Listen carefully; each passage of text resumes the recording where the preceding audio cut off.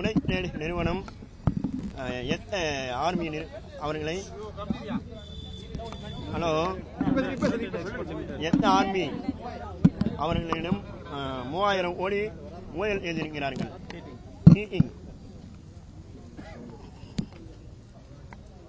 Army அவர்களிடம் online மூலமாக 1000 கோடியும் கையில் பணம் வாங்கி 2000 கோடியும் மொத்தம் 3000 கோடி ஊழல் செய்திருக்கிறார்கள்.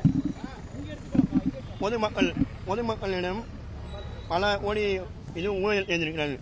நவீன் மற்றும் முத்து செல்வம் அவங்க 2 பேர் மேலே எஃப்ஐஆர் போட்டிருக்காங்க. ஒருத்தர் மட்டும் ஜெயிலுக்கு போய் வெளியே வந்துட்டாரு, இன்னொருத்தர் ஜெயிலுக்கே போல. அது இல்லாமல் 16 பேர் அவங்களுடைய ஆதரவாளர்கள் பினாமி பேரில் சொத்து வாங்கி பணம் அங்கங்கே வச்சிருக்காங்க. அதில் பிரபு, நீலமேகம், பிராங்க்லின், திருமால், பிரபு, பெருமாள் இவங்க அனைவருக்கும் அவங்க சொத்துலாம் இருக்குது.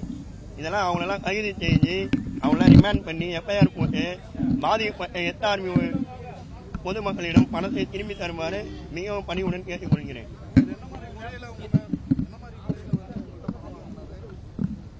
எந்த மாதிரி முறையிலன்னா 1 லட்சம் கொடுத்தா 80,000 எக்கா தரேன் 1 இயருக்கு. அது எப்படின்னா 1 லட்சம் நீங்கள் கொடுத்தீங்கன்னா 2 டைம் 18,000 முதல் 9,000 5ஆம் தேதி, இன்னொரு 9,000 19ஆம் தேதி. இது 2 அக்கௌண்ட்டில் வந்துடும்.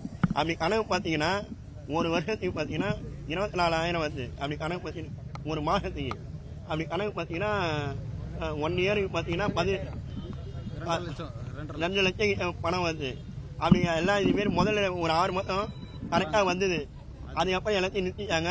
ஒரு ஆர்மி ஒரு 10 பேர் ஜாயின் பண்ணாங்க. இதேமாரி ஆயிரக்கணக்கான ஆட்கள் போய் அதில் பணத்தை போட்டாங்க. மொத்தம் பார்த்தீங்கன்னா 1000 கோடி எஸ்ஆர்விஎஸ்மேன் பணமே 1000 கோடி 2021 டிசம்பர்லேருந்து.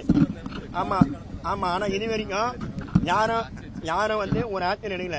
நாங்கள் 1ஆவது மாதம் 24ஆம் தேதி கம்ப்ளைண்ட் ஏற்கனவே கொடுத்துருக்கோம் அந்த ஐஜி மேடங்கிட்ட. ஆனால் இது வரைக்கும் எந்த ஆக்ஷனும் யாரும் பண்ணல. அது இல்லாமல் நாங்கள் ஹைகோர்ட்டில் ஒரு டேரக்ஷன் வாங்கினோம். அந்த டேரக்ஷனுக்கு இது வரைக்கும் எந்த ஆக்ஷனும் கிடையாது. முதலமைச்சர் இனிமேல் இப்போ எலெக்ஷன் வந்தது இல்லையா, அதனால இதன் மூலியமா முதலமைச்சர் தெரிவித்துக்கிறேன். முதலமைச்சர் இதை பார்த்து நாங்கள் முதலமைச்சர் போய் நேரடியாக பார்க்க முடியாது, உங்களுக்கு தெரியும். உங்களை மூலியமா நாங்கள் முதலமைச்சர் எங்களுடைய கோரிக்கையை வைக்கிறோம். இனிமேல் தான் முதலமைச்சர் ஆக்ஷன் எடுப்பாருன்னு நாங்கள் நம்புறோம்.